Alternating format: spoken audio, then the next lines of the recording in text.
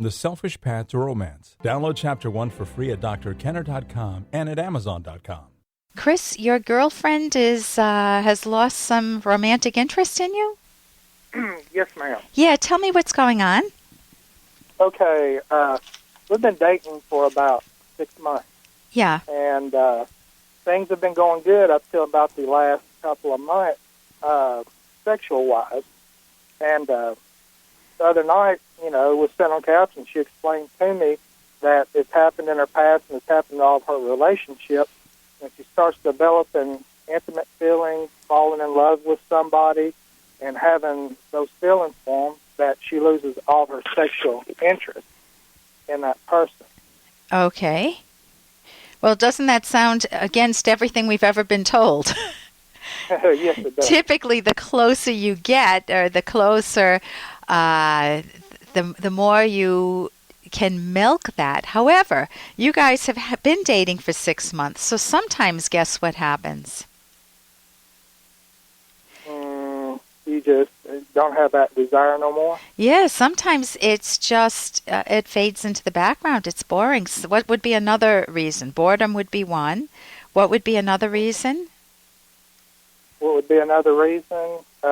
Something, I know she has a little bit of depression. She's on some medication for it, but I was wondering, if depression might be, part of it. Yeah, well, whatever's causing the depression, if she doesn't, for example, well, number one, she'd need to rule out medical. I mean, you can be on medication that can tamper with your sex drive. So she would want to check to make sure that it's not just a medical thing and that it is psychological. But if it's psychological and if she's depressed, what's she depressed about? What do you think the core is of her? I mean, I know you can't know, but if you took a guess, your best guess, what would it be? Her depression, it would be her, I don't know, it might stem back from something in her past where, she's told me a lot about her when she was in the Navy.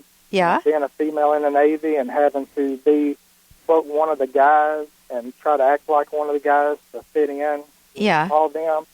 And, she said, there's some things I believe that happened while, she was in the service that, kind of contribute to that. Because, she went back, she says everything was fine until, I started, in the Navy. Then, every time since then, when I've gotten into a romantic relationship with somebody, it's like I can't separate, it's like, when I start falling in love with them, that, all my sexual desires for that person or whatever, I'll lose them. And she said, it cost her every relationship that she's been in. Yeah, so it happened since she was in the Navy, though. Before then, she didn't have a problem? No. Okay, so there's a piece of the puzzle, an important piece.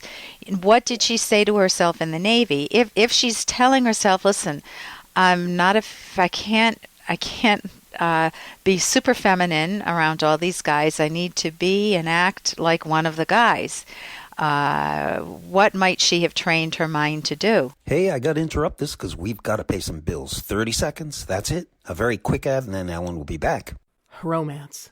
Ugh, I wish guys knew more about what we want from a relationship. Boy, I wish I knew more about what I want. Where's that ad I saw? Here it is. The Selfish Path to Romance. A serious romance guidebook. Download Chapter 1 for free at selfishromance.com and buy it at amazon.com. The Selfish Path to Romance. That is interesting. I need to be and act like one of the guys. What might she have trained her mind to do? You have to act like how a man thinks.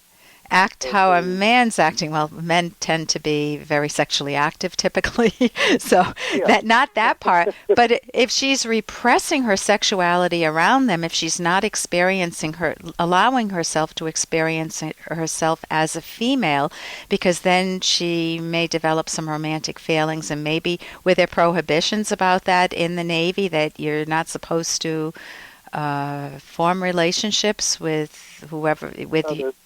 Go ahead. Yeah, that's true. So you're look at the bind that you're in. I'm attracted to this guy. I need to act like I'm not attracted to him. And of course, that's going to typically heighten the attraction.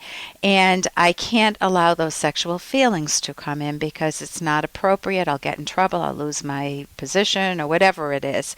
So you and I are just guessing here. But that's the type of work she could do in cognitive therapy. If she got a good cognitive therapist, cognitive just is a dressed up word for thinking therapy, she could go to either my website, drkenner.com, and on the website, that's probably the easiest, is a link to a cognitive therapy website that you can find a therapist anywhere in the United States. And or maybe through the Navy, she could get a cognitive therapist, because what she needs to do is uncover the actual. Oh, if you and I, or if she could put a microphone to her own mind and listen to her thoughts as she tries to feel sexy around you, that is going to be the rest of the puzzle, the rest of the pieces.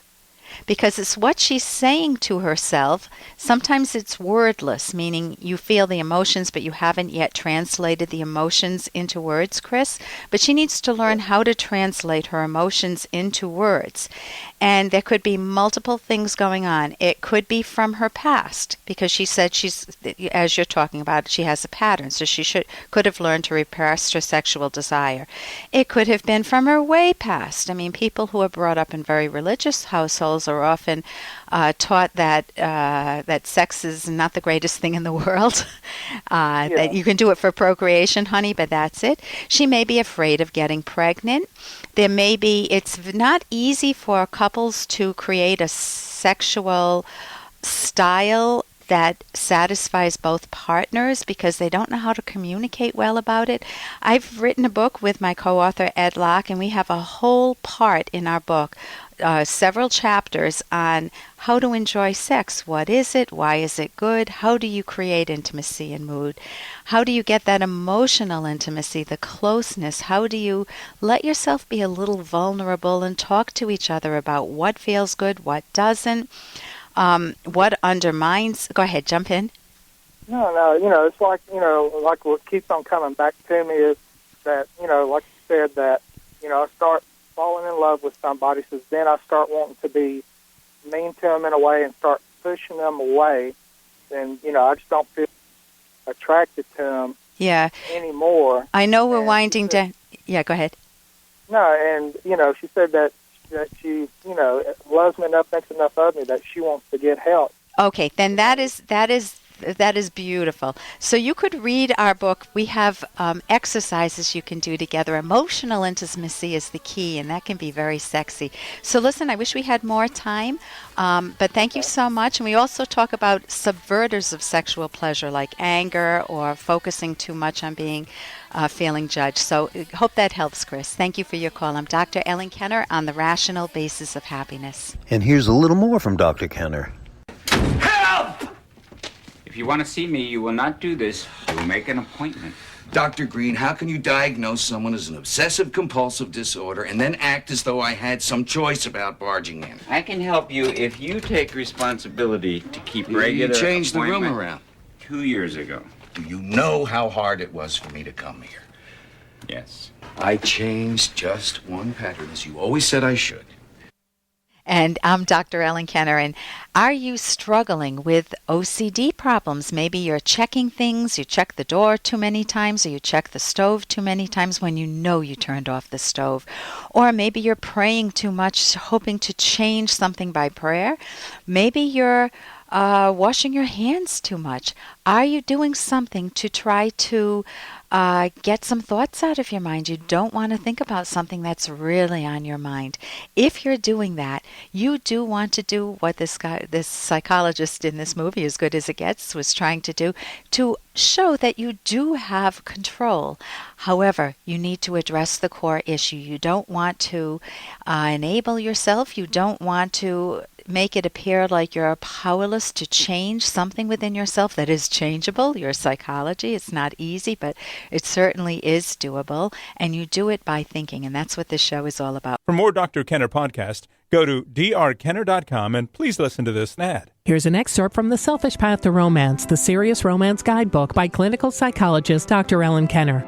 People want to be loved for specific reasons. It's up to each partner to identify why they love the other and to say so. This last point raises a new question. Granted that love has causes, will just any cause do? No. Does it matter which traits you value? And on the other side of the coin, which traits you possess? Yes, there are very personal causal factors involved in love, but certain core traits are required to make any romantic relationship successful in the long run. If you want to be loved, you have to do things to make yourself lovable. Egoistic love, the only real kind of love, is not a selfless gift.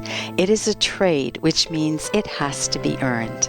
You can download Chapter 1 for free by going to drkenner.com, and you can buy the book at amazon.com.